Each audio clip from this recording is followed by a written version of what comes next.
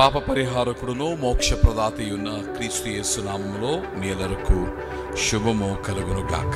మరణాత జీవాహారమును ఈ కార్యక్రమమును బట్టి మీరు ఆధ్యాత్మికముగా బలపడుచున్నారని మేము నమ్ముచున్నాము.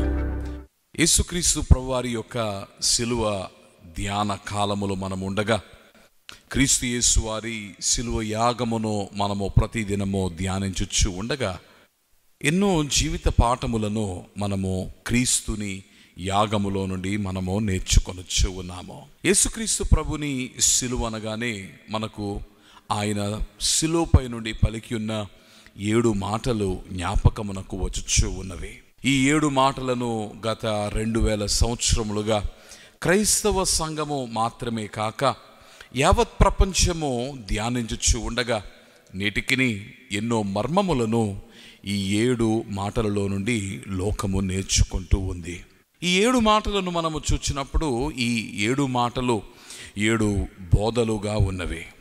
అయితే ఈ బోధలని మనము బావుగా విశ్లేషించినప్పుడు, వివరించుకొని ఉన్నప్పుడు మనము గ్రాహ్యము చేసుకోగలిగిన సత్యము, మనము తెలుసుకొనుచున్న నిజము ఈ 7 మాటలు 7 బోధలు మాత్రమే కాక ఈ 7 మాటలలోని కొన్ని మాటలు, మరి ముఖ్యముగా మొట్టమొదటి మాట, తండ్రి వీరేమి చేయుచున్నారో వీరు ఎరుగరు గనుక వీరిని క్షమించుము.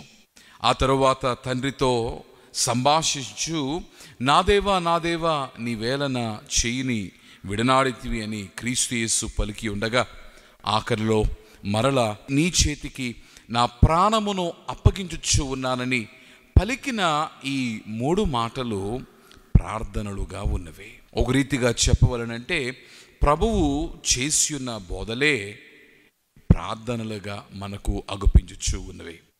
క్రీస్తు యేసు వారి యొక్క శిలువ యాగమును మనము చూచినప్పుడు శిలువపై నుండి తండ్రితో సంభాషించే పనిని క్రీస్తు యేసు మానివేయలేదు. క్రీస్తు యేసు వారి యొక్క సేవ పద్ధతులలో లేక సేవలో క్రీస్తు యేసు కలిగి ఉన్న క్రమశిక్షణలో భాగముగా ప్రార్థన బహు ప్రధానముగా మనము చూడగలుగుచున్నాం.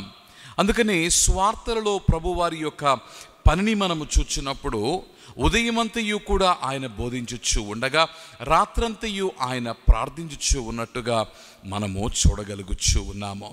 కాబట్టి ప్రార్థన క్రమశిక్షణను కలిగి ఉన్న కుమారుడైన క్రీస్తు యేసు తండ్రితో సంభాషించే పనిని ఒక ప్రధానమైన పనిగా ఎంచి తన జీవితకాలమంతయు తండ్రితో అనునిత్యము బంధములో నిలిచి విజ్ఞాపనలను విన్నపములను తండ్రి యొద్దకు చేర్చి ఉండగా శిలువపై ఆయన బలియగుచ్చు ఉన్న ఆ గడియలో సైతము ఆ క్రమమును తాను విడిచిపెట్టలేదు. క్రైస్తవ భక్తి జీవితములో దేవుని మనస్సునకు అనువుగా, దేవుని ఇష్టానుసారునిగా, దేవుని యొక్క హృదయమునకు అంగీకారముగా ఒక నరుడు మారి దేవుని వలనైన దీవెనలు, మేలులు, ఆశీర్వాదములు పొందుకొనుటకు వాని జీవితములో ప్రార్థనను క్రమము బహు ప్రధానమైనది.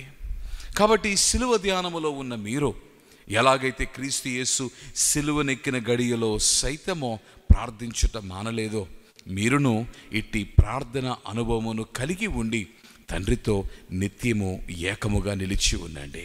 అటు దీవెన భాగ్యము దేవుడు మీకు అనుగ్రహింపచేయును గాక. ఆమేన్. ప్రభువా, శిలువ పై ఉండి సైతము నీవు తండ్రితో నిత్యము సంభాషించుచున్న వానిగా అగుపించుచు ఉన్నా. తండ్రి యొద్దకు నీ విన్నపములను తండ్రి మా పక్షముగా తీసుకువెళ్ళిన ప్రభుడువై ఉన్నా. తండ్రి నీవు శిలువపై కనబరిచి ఉన్న ఆ క్రమమునకు అనుగుణమైన పనినే మేము చేయులాగున అనుదినము అనునిత్యము ప్రార్థనను క్రమశిక్షణను మేము కలిగి ఉండి నీతో సంభాషించులాగున తండ్రి మాకు అట్టి మనస్సును అట్టి క్రమమును దయచేయము. మా కొరకై ప్రాణము పెట్టి అతి త్వరలో మేఘాసీనుడిగా తిరిగి రానయున్న క్రీస్తు యేసు నామమున ప్రార్థించుచున్నాము మా ప్రియ పరలోకపు తండ్రి.